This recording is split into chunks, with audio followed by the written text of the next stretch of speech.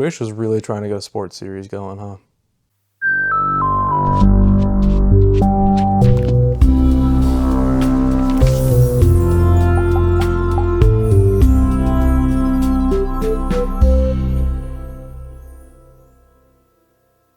Hey, so this week we got Weekly Shonen Jump issue 31 for 2025, and of course, kicking things off with a new series. So I'm going to dive into it real quick, and let's see what it's all about. So this is a series called Ekiden Bros, which of course got the cover page this week. It's a typical like new series cover. There's not going to be much to talk about with it, unfortunately. It's a new series. Of course, it's going to be on the cover. And we have another new series coming up next week, so it'll be the same kind of deal. Again, unfortunately. I definitely prefer seeing long-running series on the cover, but, you know, what can you do? They have to push the new series somehow. Which is about running, long-distance running to be precise. I guess a cross-country type of deal. I don't know about running. By a rookie mangaka, Daiki No, who's only done one-shots in the past. I assume they ran in Jump. We don't get the one-shots usually published over here, so I don't get to read them often. But whatever he did before must have stood out enough for him to get his own series. And what we have is another sports series, which Jump is really, really trying to get in the magazine right now as a steady series. And this has charm. It's cute. I like the premise. So we basically have this guy named Nobunaga. He's a kid, first year in high school, classic Shonen Jump protagonist age.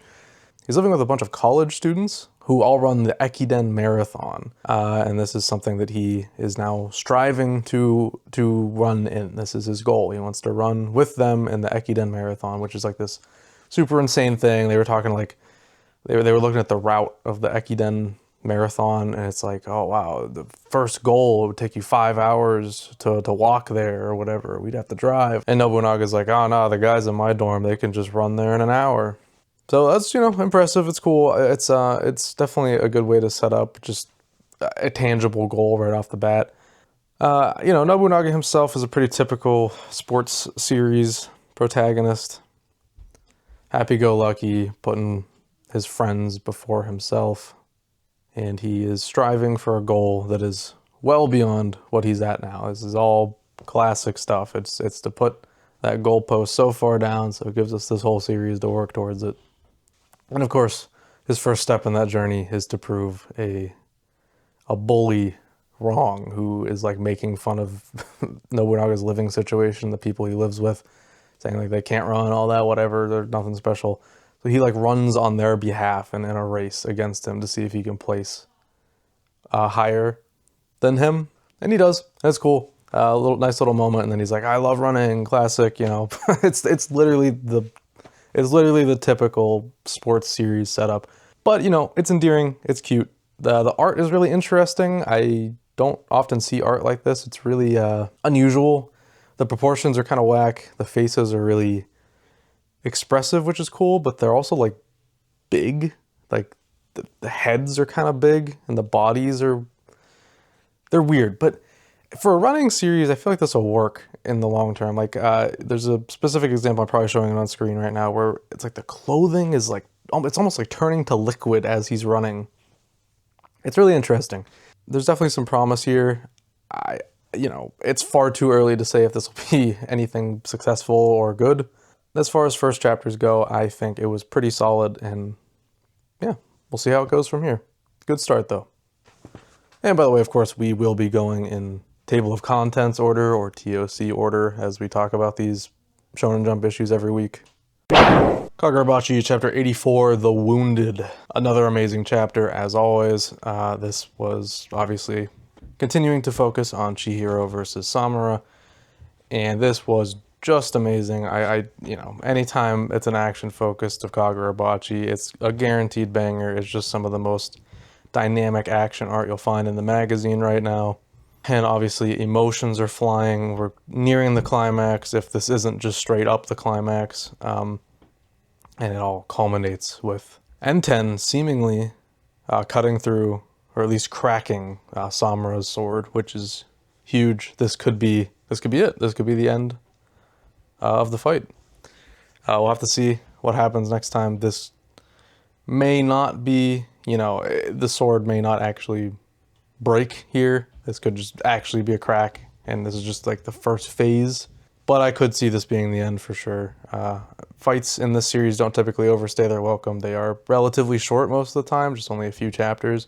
Nothing drawn out usually. There's also a line that I really liked in this chapter where they're talking about how Samura's eyes could have been healed, and it said that you're afraid to open your eyes to a future in which you go on living. Yeah, and that's Samura in a nutshell. That's what we've been exploring this whole time with this character. He's in his own head. He's not open to other possibilities. He views the future that he sees happening as the only future. And it's amazing. I really love Samura as an antagonist, and this chapter just solidifies that even further. So great stuff again from Kagurabachi, as always. One Piece Chapter 1153, The Birth of Loki. So this is obviously the second chapter in this Elbaf flashback, highly awaited. It did not disappoint. This is super cool. The pace is very fast, as is for, pretty typical One Piece flashback, I'd say, at least lately, ever since the Odin flashback. I think the Odin flashback kind of skewered my expectations about flashbacks because it really took its time. But both the Kuma flashback and this are pretty fast. We're moving through time very quickly, and this one even more so. It's the truth is coming to light here, where I think we all thought this would be more of a flashback about Harold, or Harald, however you say it. But I think this is going to be a lot more focused on Loki, which makes more sense. We were told by Loki that this is told from what he knows and what he remembers. So obviously it wouldn't make sense to know more about Harald or Harold. We do get to see Harold meet his wife, or at least what should have been his wife, Ida. And we do have a very unique Oda female face here for once, which I'm very welcome to see. This is super rare. It's usually just Nami or Robin plastered onto any given woman with the same body type. And the body type here, yeah, it's the same pretty much. But her face, very unique, so it's memorable. So that's Ida, gives birth to Haruden, obviously. And then we have his actual, betrothed wife, Estrid. She gives birth to Loki and just kind of chucks him off a mountain, essentially. But we have this amazing moment where the baby Loki is crawling, climbing, clawing his way up back from the underworld. And we get this, final text saying that any misfortunes that befell Elbaf from this point on were known as Loki's curse. Unfortunately, we're off for a week after this, but it was coming up. We usually One Piece is 3 chapters on, 1 chapter off, so pretty expected. Amazing stuff, though. I love learning more about Loki. This is exactly what I needed, and I can't wait to see more. I'm glad, honestly, in the end, we didn't spend a whole lot of time on Harold's past, because I'm a lot more interested in learning about Loki here, who is a character that is alive. But presumably we will still get to learn a little bit more about Harold, and I'm open to that as well. Because any new One Piece lore is good One Piece lore at this point. So good stuff, One Piece. Great week. And we'll reconvene in 2 weeks. Blue Box Chapter 201, Preciously. This is a really good chapter. Very good. Unexpectedly good. We're really getting a good look into Ayame's thought process and how she views herself, which is brand new. We've never gotten this personal of a look at Ayame before. This is great. This is obviously from last week. We had her boyfriend, I think his name's Shota. I always forget. He's kind of a nothing character, but I feel bad for him. So the two of them are, he wanted to go on he wanted to spend the day with her, basically, but she wants to hang out with her friends at 3. So she's like, all right, let's do it, but I gotta be somewhere at 3. And so we do this whole day. It's nice. She's pushing herself to kind of go along with the plan more, just match his flow. All the while, we're getting more and more into her own thoughts of herself. There's a line that kind of resonated with me of her saying, I developed a complex where I believed I had nothing going for me. It's kind of, this is going back to earlier in the series when she was just kind of going from boyfriend to boyfriend over and over, not really knowing what romance was. It was just kind of it was more of like a status for her. Like she just kind of had to have a boyfriend. Like why wouldn't I say yes to a guy asking me out? And that's a very good look into why she was that way before. But of course now she's trying to go steady with Shota, but there's always, there's these thoughts of Kyo always, and the regret of maybe like, is that the guy she loves? And obviously Kyo has a lot of regret on his end too about that same thing. And so we're just exploring her thoughts into, is this what she wants? Does she want to date this guy? Is his style working for her? Because, we end off with Shota, I think that's his name. I hope that's his name. I'm pretty sure. Saying that he wants to spend the whole day with her rather than leaving at 3. And he kind of drops that on her like right before, right around the time it'll be like, if they stay out longer, she's not going to make it to her 3 o'clock plans, whatever. And then Kyo is there. And he's just like, oh, why would I not be here? It's a school trip. Classic Kyo. Gotta love him. So we'll see where that goes. I think it's pretty obvious that Ayame and Kyo are going to end up together. It just seems so obvious.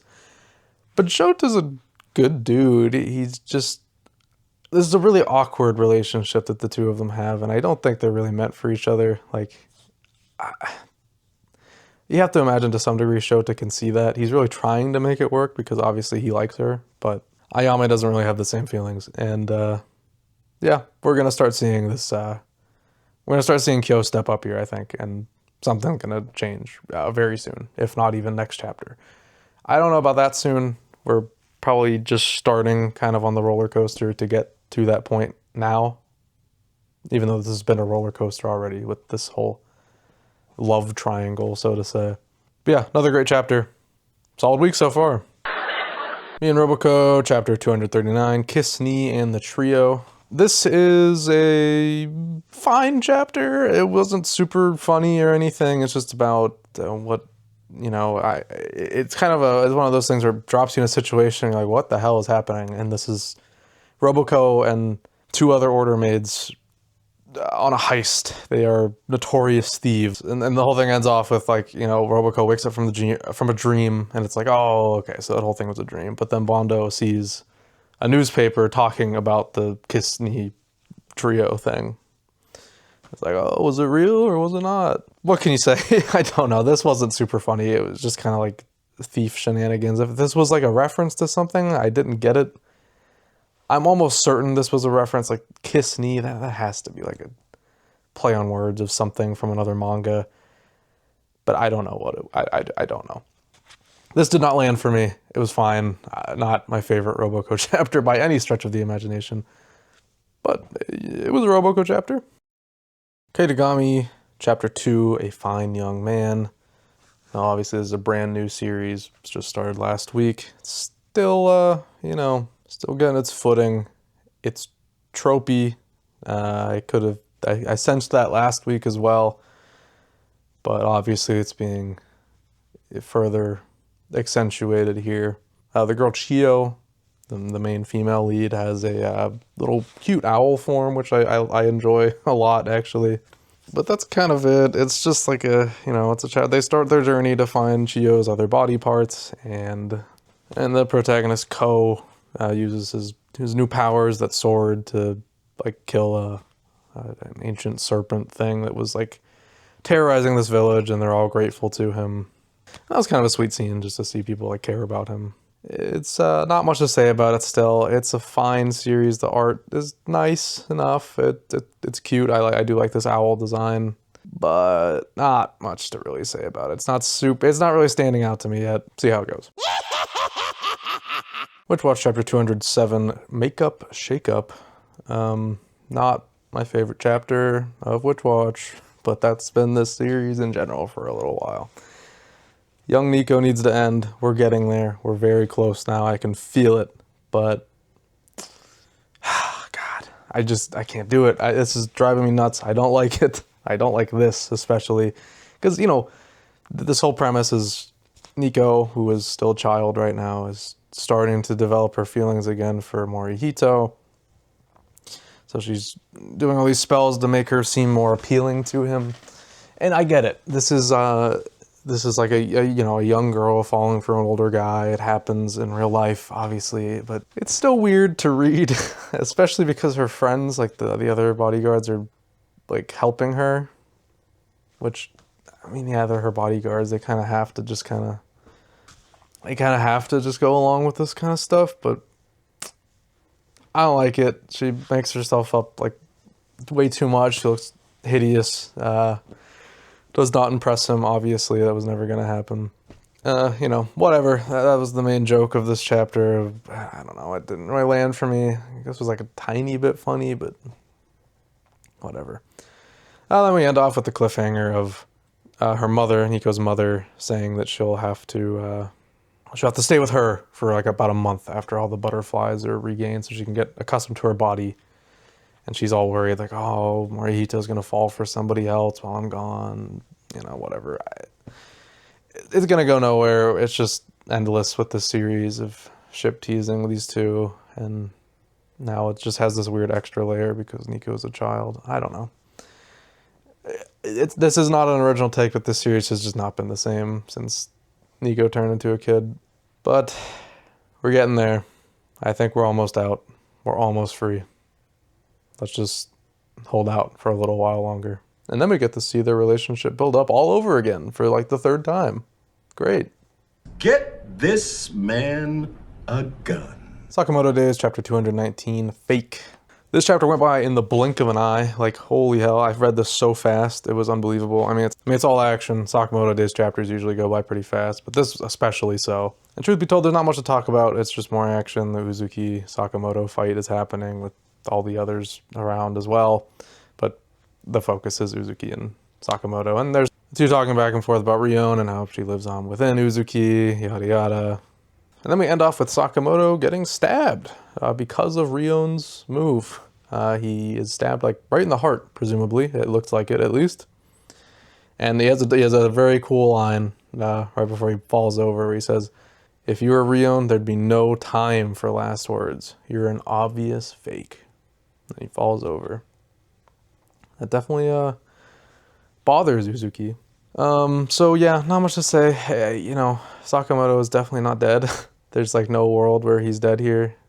I don't know what will happen from here exactly. There's gonna have to be some kind of way to heal him, I guess, or get him out of there so he can be healed. Yeah, good chapter.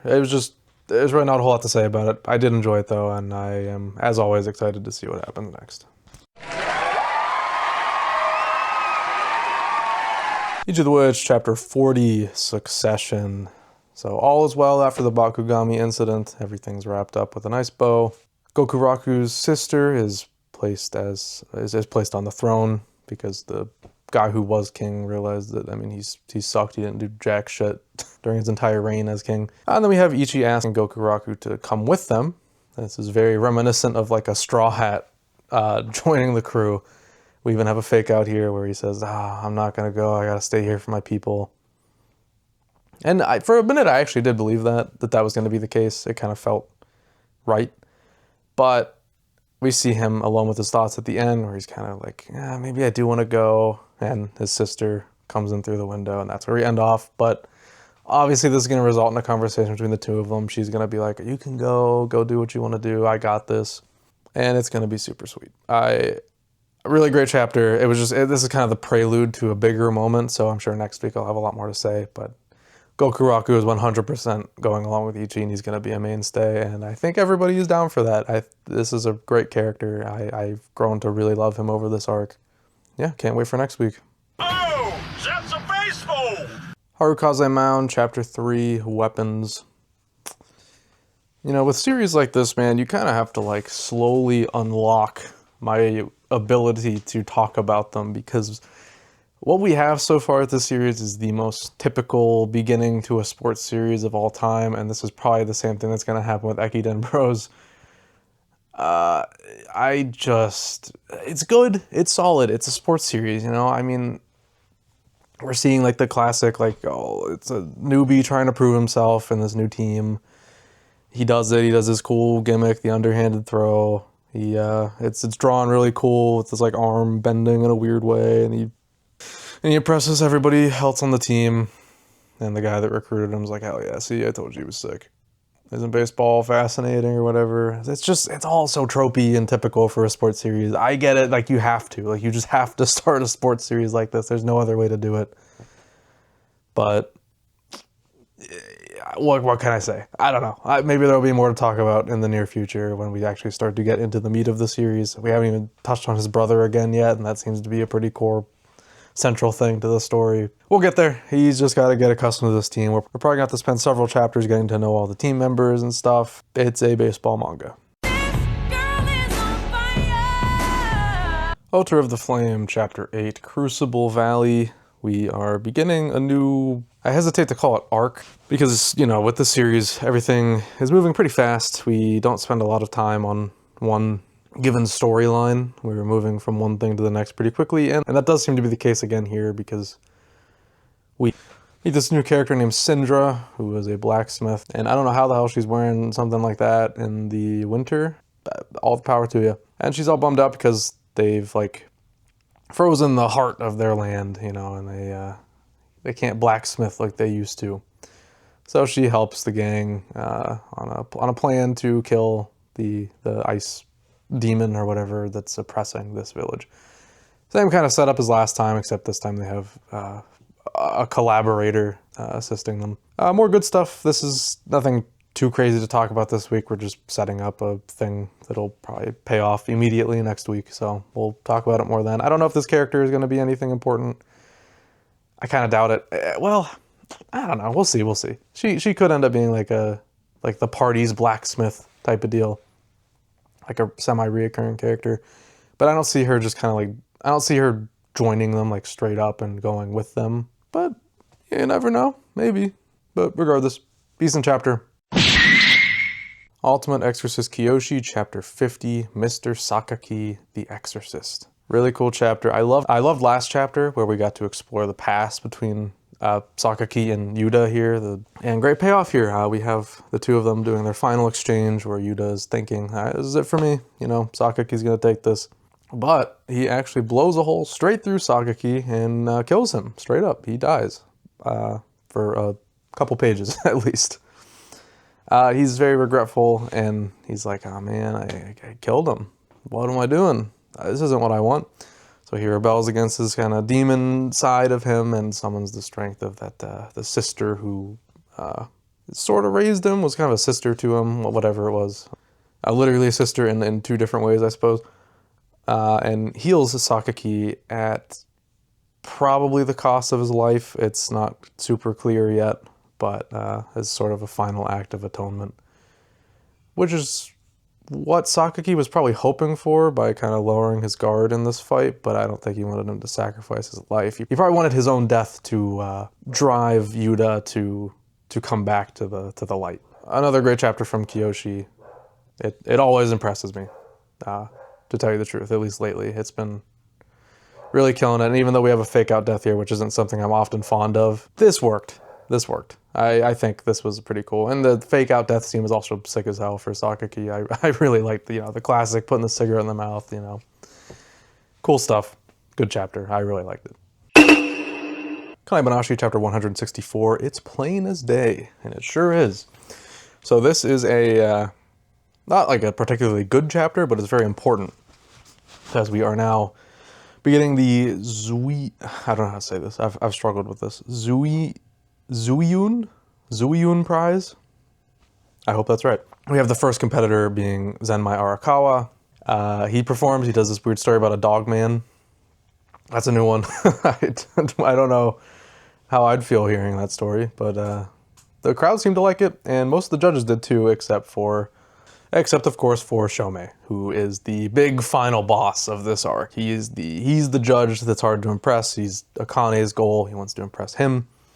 And now all the other competitors are realizing, okay, this guy is tough. Because the other two judges gave 90 and 91 respectively, and he gave a 75 to Zenmai here.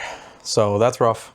And we end off with Hikaru about to perform which I'm excited about. It's been a long time since we've seen Hikaru perform. I can't wait to see what she's got in a post-time skip world. Very exciting. Yeah, good stuff. Important.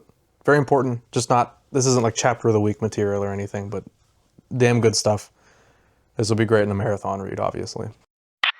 Shinobi Undercover, Chapter 39, A Good Ninja. Got action, fighting, you know, that's how it's been. This is it's an arc very reminiscent of like the joint training arc from My Hero, which is an arc I don't like at all.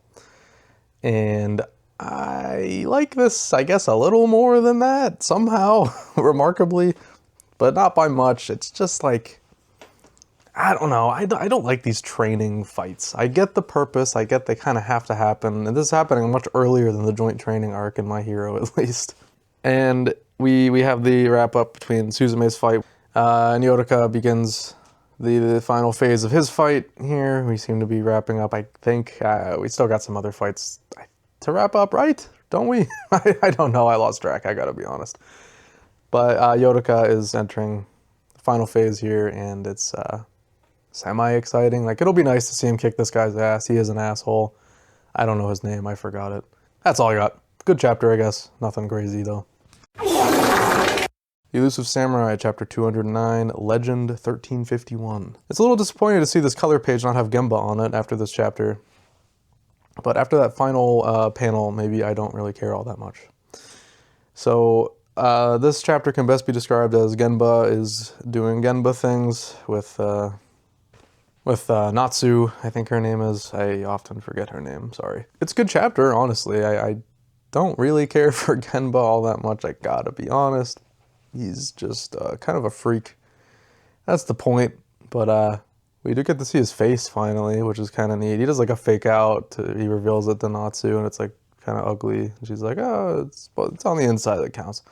But he's actually a pretty boy, obviously. Sort of a sweet moment. He also disguises himself as Sadamure for a moment, which I thought was funny. That's about it. And this weirdly seems like a kind of farewell to Genba. I can't tell if this is actually going to be like his exit from the series, but it sure reads that way. And I think it'd be fitting if he did just kind of leave from here, but we'll see. But then it decides to end on the most grotesque panel I've ever seen in my life, and I can't even show it on YouTube because that was vile. Look it up for yourself if you want to see it. I don't even want to talk about it. That was disgusting, and I can't say it doesn't fit the character, but wow, that sure was something. What are you doing, step bro? Nue's Exorcist, Chapter 104, Showdown with Nue. Guys, this series sucks. It's awful. The baby's grown up. She says her name is Yozora, like from Kingdom Hearts. Now she's like another ship tease for Gakuro. We got another one. And it's like a younger Nue. Oh my god, I can't. Why? It just keeps happening. We keep getting more and more girls added to this series. I don't get it. What's the appeal? I can't. I'm not the target audience for this series. That is very clear. We end with, I think it's Kazusa or somebody, I don't even remember who it was, walking in on them as they're stripping. It's like, oh, we do this energy transfer thing. It's more efficient. We both gotta get naked though. Now it's gonna be like a whole misunderstanding. Wow.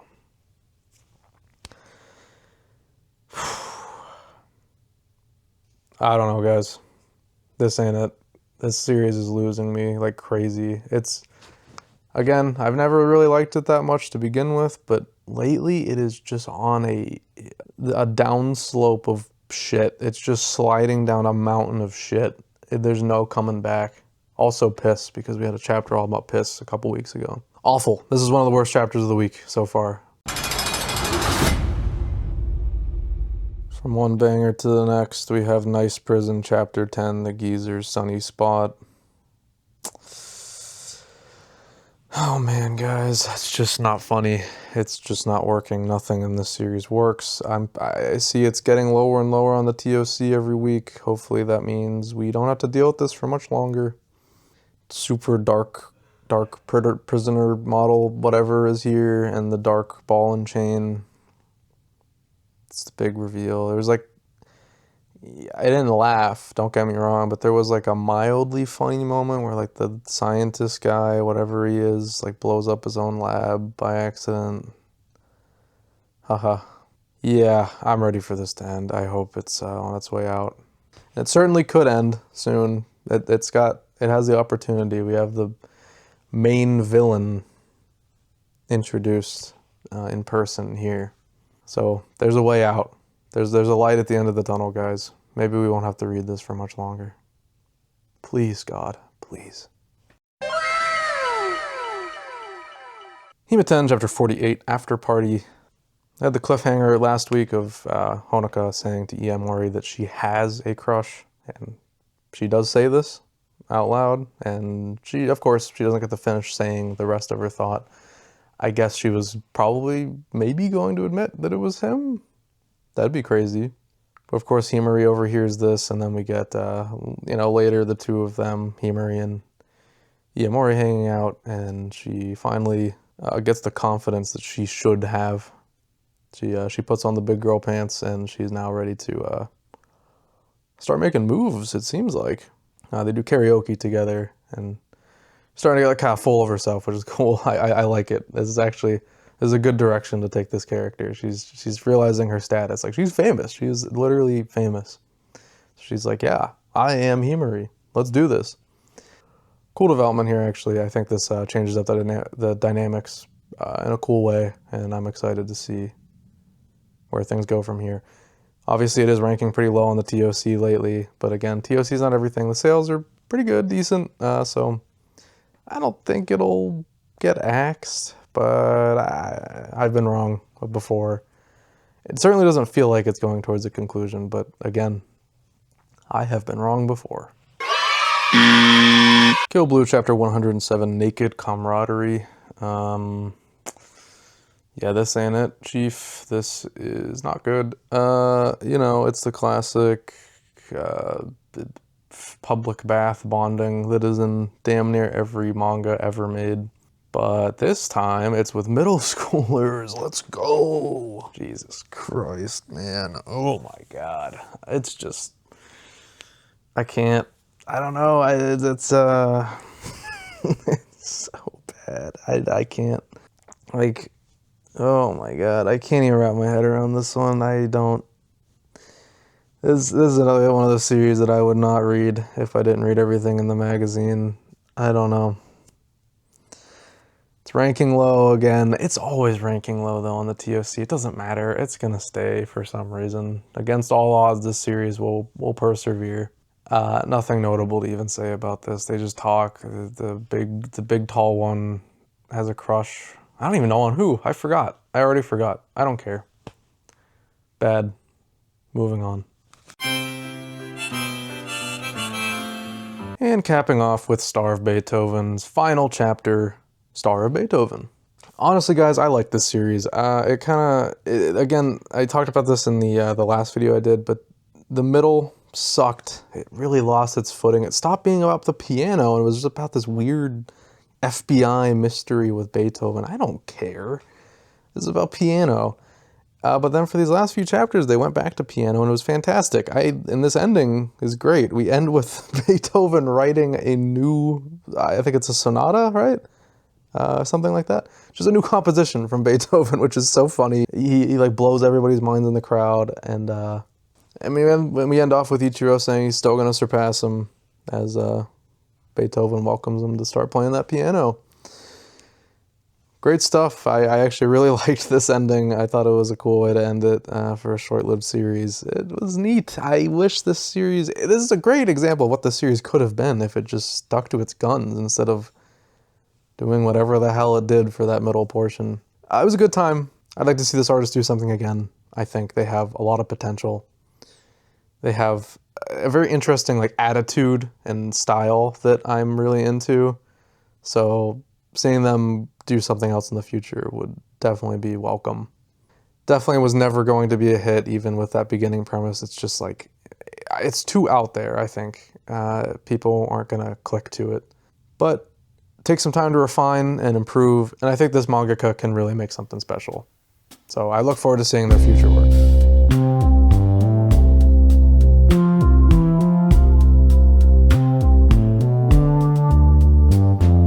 And that's it for Jump this week. I'm going to end off by talking about my favorite chapter of the week, which I'm actually going to give to One Piece. One Piece chapter 1153, The Birth of Loki. It was just super solid. I really like how this flashback is being framed so far. It's just super interesting. And that visual of baby Loki just clawing his way out of the underworld is forever going to be stuck in my head. That is brilliant stuff. That's so good. Yeah, it was definitely the most quality. There were some other standouts. I mean, obviously Ichi was really good too, but that's, again, it's more setup. I think next chapter will be probably a banger, maybe chapter of the week material. Kagurabachi was great as usual. Even Hima-ten I thought was pretty decent. Definitely not up there for chapter of the week, but worth mentioning. And Blue Box is also really sweet. I really like that look into Ayame's mind. Very good week for Jump overall. I think a lot of series were doing really well. Unfortunately, we had two freaky chapters. We had Kill Blue and Nue, which were both like off the rail on the freak radar. But yeah, what can you do? What can you do? And of course, we also had the debut of Ekiden Bros, which we'll see how that goes. It's a solid start. Nothing too special or crazy yet, but you know, it's always interesting to see a new series start in the magazine. And we got another one coming up next week called Ping Pong. I haven't looked into this one yet. I don't know if it's actually about ping pong. If it is, that's hilarious that they're trying another sports series. But part of me wonders if it's just something called ping pong, but it actually has nothing to do with ping pong. One Piece is off next week. I think that's about all that's off. Thanks for checking this video out. Let me know what your chapter of the week was, what series you thought were bad this week. Do you love Nue's Exorcist and Kill Blue? Remember to like, comment, and subscribe as per usual. And I will see you guys in the next one.